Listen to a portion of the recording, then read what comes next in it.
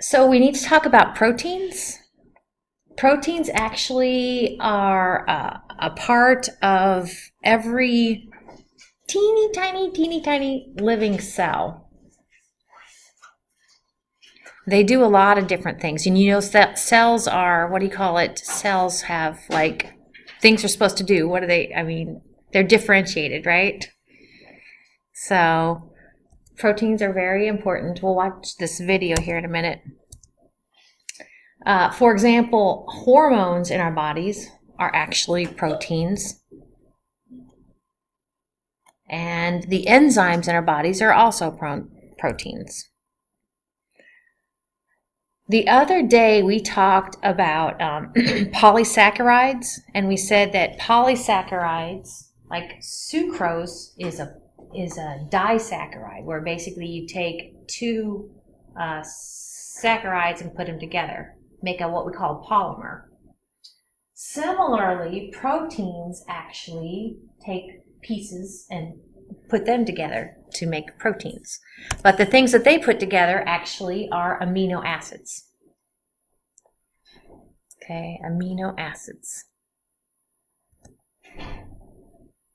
And as it turns out, it's not as complicated as you might think, but like I said, fatty acids. Right? We were talking about fatty acids the other day, and different kinds of fatty acids that go to make your triglyceride. It's a similar sort of thing. And we go to our closet and we have these 20 different possible amino acids. Yes, ma'am. I got it. And we'll watch this video how they kind of group together. But when you look at an individual amino acid, you're going to see that they have 4 different things in common. They will always have a carboxyl group. And here you need to jot this in your notes. What is characteristic of a carboxyl group? It's a carbon, and I think I'll kind of draw it up here. I'll draw it over here. It's a carbon double bonded to an oxygen, and then that same carbon is also single bonded to an OH group. So this right here looks like this. Carbon, double bond oxygen, single bond OH. That's your carboxyl group. It will also have an amine group. An amine group is nitrogen with 2 hydrogens, dash NH2. It will have a hydrogen atom, so dash H. Doesn't mean it's negatively charged, it means that dash is what's going to connect it. And then what makes it different from other amino acids is kind of this R group. And you're going to see that we use the letter R to kind of talk about some sort of carbon and hydrogen chain. So R. So you're going to kind of see these amino acids have that sort of, now these amino acids, like I said, are going to go together to make proteins. We got time, let's take a quick look at this. Some of the amino acids, I think all but 2 our bodies can make. And the 2 they can't make actually are called essential amino acids. So these are naturally occurring amino acids. Now I have 2, you hopefully have both, right? Okay, good. The first one are nonpolar. Nonpolar, we talked about polarity earlier on. You can see that water is polar, okay, but these are nonpolar. They don't have any OHs. If you see they don't have any OHs on their side chain. The green part's the side chain. The non-green part is the non-green part is what all amino acids have in common that we've been talking about. But can you see where these are polar? So highlighted in pink, orange, and blue here, these are polar. What makes them polar are various things. I mentioned oxygen here makes that polar. We have oxygen making that polar, sulfur making that polar, hydroxyl or OH group here. Okay, these are all polar. So they play differently. Okay. And again, these amino acids are going to stitch together to make your polypeptides and ultimately your proteins. What about them makes them polar again? What about them makes them polar? It varies a little bit. Oh, what makes them polar is if you look at the periodic table, they have something that's really electronegative, like oxygen.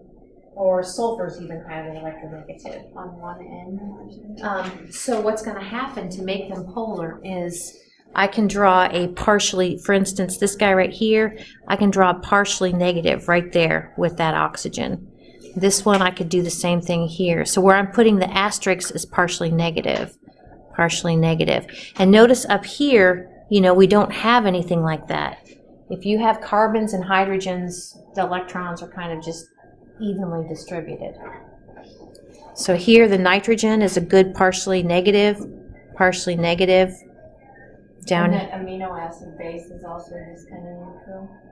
Amino acid. Like not the side chain, but the. Oh, yeah. This actually, that's a good point, Autumn. So in all cases, in all of these, we see this kind of common group we've been talking about that had carbon has carbon has a carboxyl group attached to it, has a hydrogen, has an amine group, and has an R. Of course, the R is the color thing here. Yeah, you're right, because that's, to me, polar. The base is polar. That's what you said, and I agree. So in this case, it's kind of like we talked about detergents. You know, detergents have a polar end and a non-polar end. So that would be like these guys up here, where these are polar and polar. Okay. Well, so if that's if the top part is polar. Yeah. Now this said non-polar side chains. It didn't say. Oh, okay. Yeah. Yeah. Yep. So, yeah, hydrophobic, hydrophilic. Phobic, of course, meaning fear of. So the top group that we saw that have the non-polar R's, they would tend to not like water, okay? So in order to interact with water, they're going to have those what's called London dispersion forces, which just means, where did I put my pens? Man, got new ones. It just means that, for instance, if this is the R group that has, you know, a bunch of carbons, and then these dashes are where hydrogens are. It's nonpolar, and usually the electrons are just they're equally distributed. What the dispersion forces say is that every once in a while you can get kind of a partial positive here and a random, I'll use the word random, partial negative there. That's kind of dispersion forces. It's just kind of a random, and it doesn't happen nearly as strongly as if you already have something that's partially negative. The word there is polar.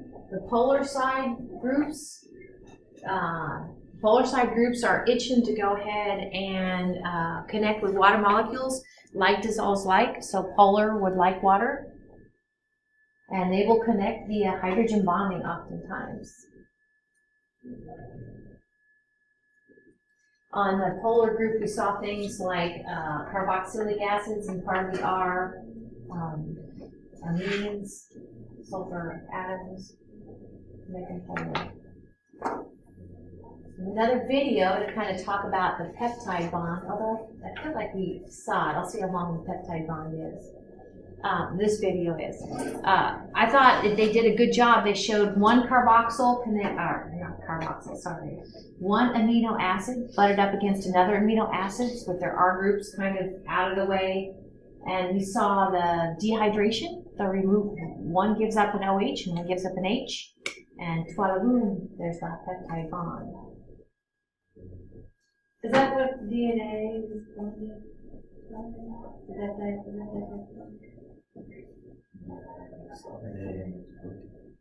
What's that? But like the strands, are they bonded by? The strands are. Because it's like guanine and thymine. Yeah, maybe. Could be. Well, I'm going to keep going. Okay. So water is removed when a peptide bond is formed. So hopefully you guys have this whole thing where you can see what's going to go is this OH right here from the left one and the H on the right one. So this is what's going to go out. Does it look like it? I think so. So now you see this carbon is directly bonded to the nitrogen, and that's what you see right there. And the water goes out, just like the video showed. Now that's just one little linkage. So now we have a dipeptide, like the video said, not a protein yet, and it's on its way. Over and over again to create a peptide chain.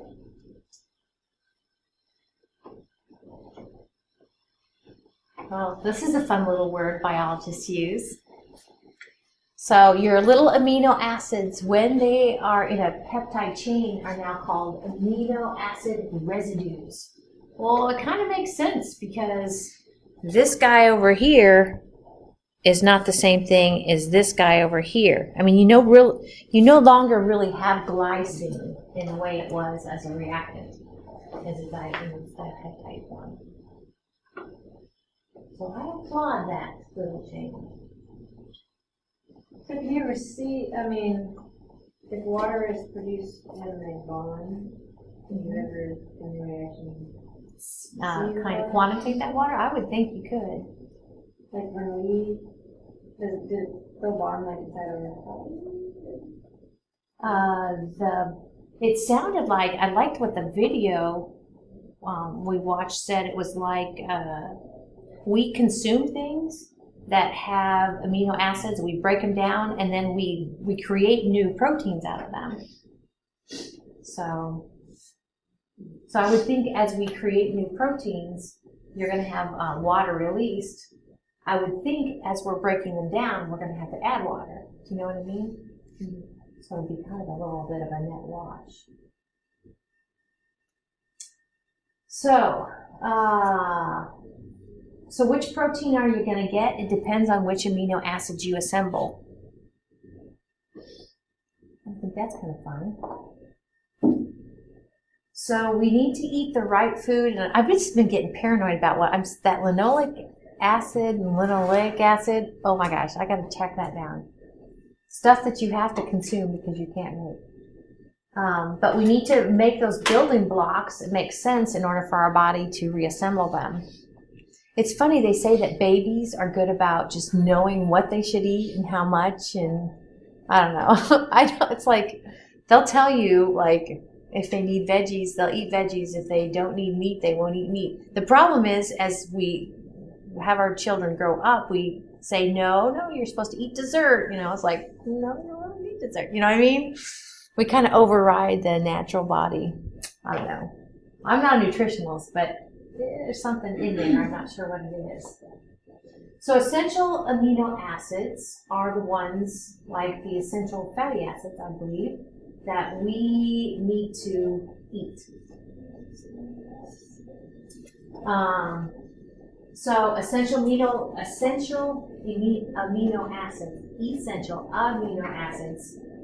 include, you may have heard some of these words before, histidine, lysine, threonine, a bunch of enes. So those are the amino acids, the building blocks that we can't make.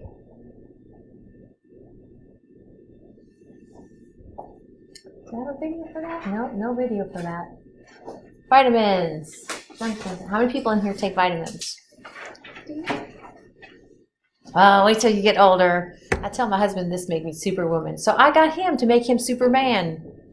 He's not taking them. And I'm like, dude, I'm going to be Superwoman. You're not going to be Superman. So what are we going to do? Vitamins. Small, very small. Vitamins are something that are essential. We should be picking them up. Oftentimes, you don't need to take supplements, vitamin supplements. So pick them up in your diets. Vitamins are organic molecules. Okay, so organic means they have carbon, hydrogen, and oxygen in their basic composition with a wide range of functions. Vitamins won't give you energy, but they can help you break down what you eat, what you're consuming. So they don't give you energy directly, but they can help you metabolize what you're eating to give you more energy.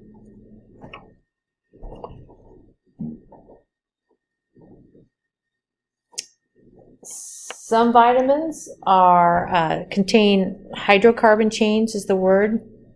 Remember, hydrocarbon chains are non-polar.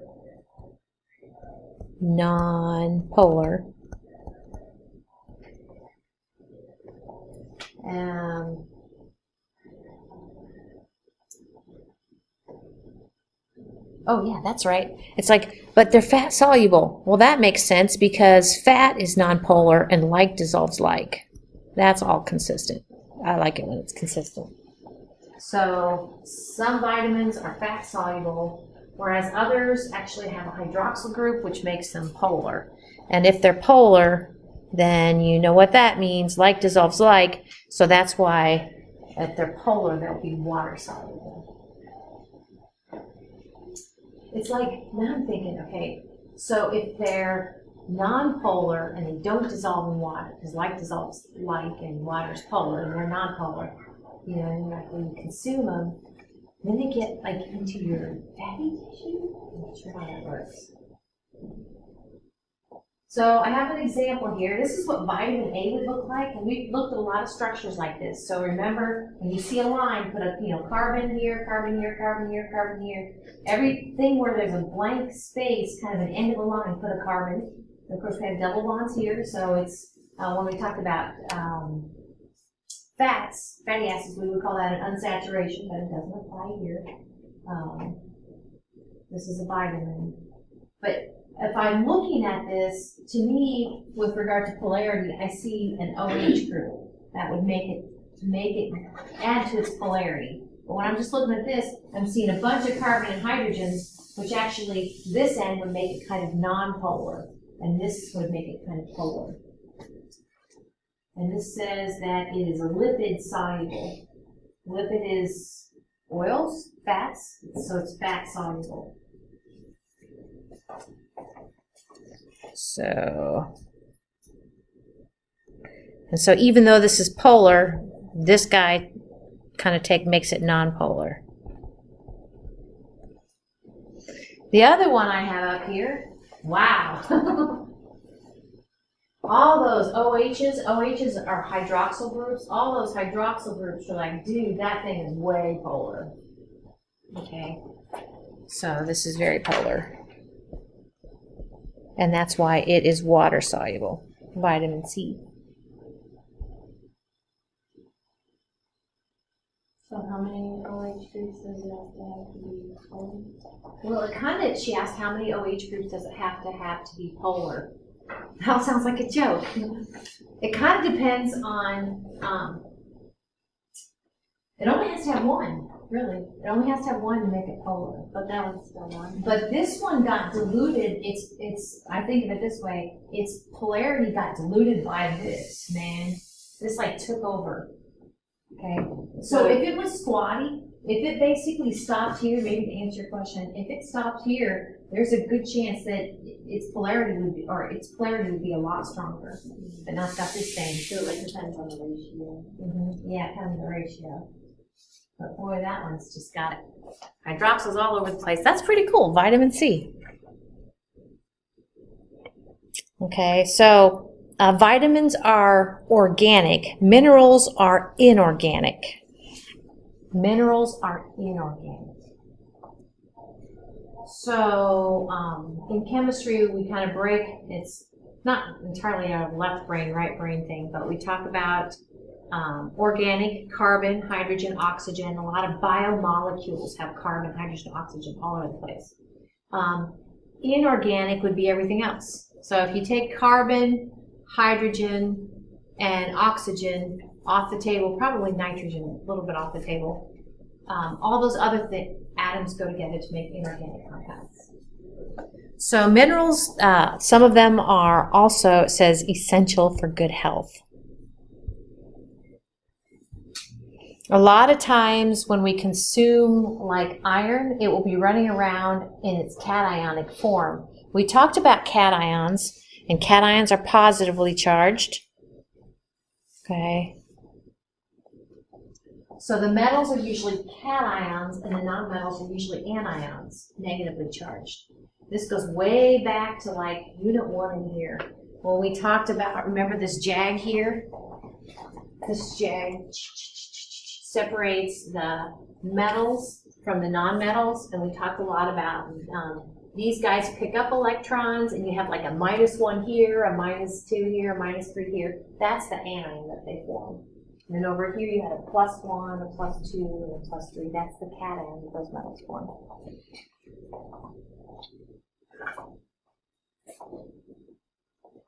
So essential minerals shown on this periodic table. So yeah, we don't have carbon, carbon, nitrogen, oxygen. Would be up here. Of course, that's making our organic compounds. What's that? Vanadium? Vanadium. Yeah, I don't know. Where do you pick up that? I'm not sure. Molybdenum. Chromiums and green beans. Chromiums and green beans? Good chromiums. Okay. I don't know, but it's complicated. You're right. How do you get vanadium? I'm supposed to have vanadium. How do I get it? Yeah, maybe green beans when I was little would make me gay. Maybe my But you like Brussels sprouts? Were we talking about this? Or somebody else? Yeah, I like Brussels Okay. sprouts. So I don't know. I'm just telling you what you should have. I'm not telling you how to get it. So we get energy from food as we metabolize it. What sort of food gives us energies? Well, we've talked about fats, we talked about carbohydrates, and now we've talked about proteins.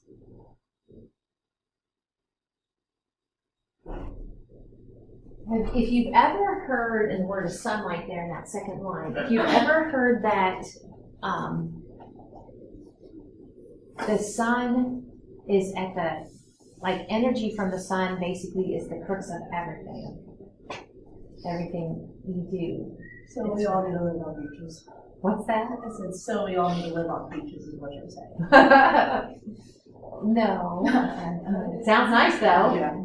But like, yeah, everything can be traced back to the sun. You know, energy can be traced back to the sun, whether it's petroleum or otherwise.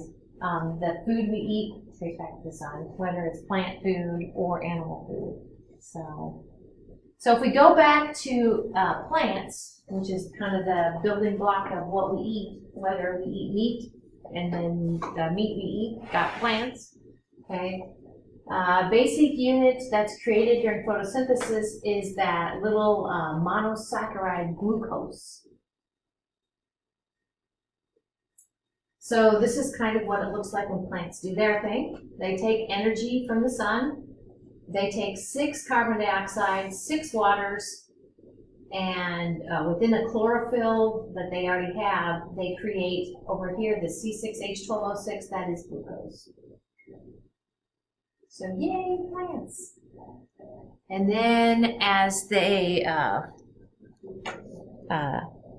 respire, okay, glucose then, or as we respire, in our bodies, so this would be what we do. This is as we metabolize the basic unit of glucose. You just flip the arrow, don't you? Yep, you just flip the arrow. Yep. Exactly. So plants creating, and then animals or whoever consumes the plant using that energy. What was that? That's that.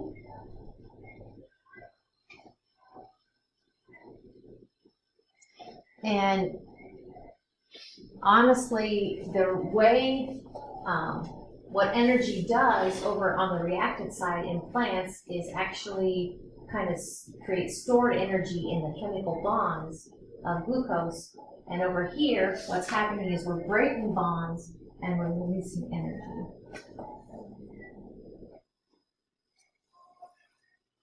All right. So what's the difference? We talked about vitamins. We talked about minerals. Okay, macronutrients. Macronutrients would be our macro meaning large, nutrients meaning nutrition, we need them. So macronutrients would be our fats, carbohydrates, and proteins. But there's a little difference when our body burns these different things. So for instance, fats, we get 9 calories of energy per gram that we burn in our bodies. Carbohydrates, we only get 4 calories per gram. So, for instance, this is fatty acid, lauric acid, and notice that it's releasing 8.8, which is almost 9 calories of energy per gram. And then this is an example of a carbohydrate. So this would be your fat or fatty acid, and this is a carb. And so you can see the difference in the energy that's really released as our body breaks it down. Now, earlier in this class, we talked about balancing equations. And you can do the math if you want to, but I think it's kind of fun that these are balanced. This says for every 1 molecule, for instance, of the carb, this particular carb, it's going to take 12 molecules of O2, and 12 molecules of CO2 are going to be produced, 11 molecules of H2O, and that's how much energy you're going to release. So it's a balance. Is that about the last slide? Let's do more. We'll finish this slide. Okay, so why the difference? Well, it comes into how much oxygen. So I'm going to put a star here next to my 2 oxygens here, and put a star here next to my 11 oxygens here. So 2 oxygens in my fat, or lauric, fatty acid, lauric acid, and 11 oxygens in my sucrose. The one that's already more oxygenated will give you less energy. Okay, so since sugar is more oxygenated, it gives you less energy.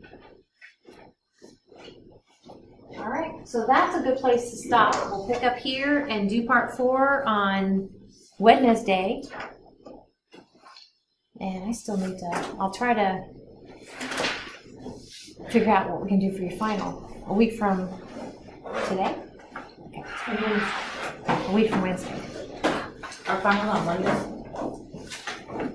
It's whatever I told you the other day. 7, 11, 12. It is Monday then, right? Okay. Your final's on Monday. Yep.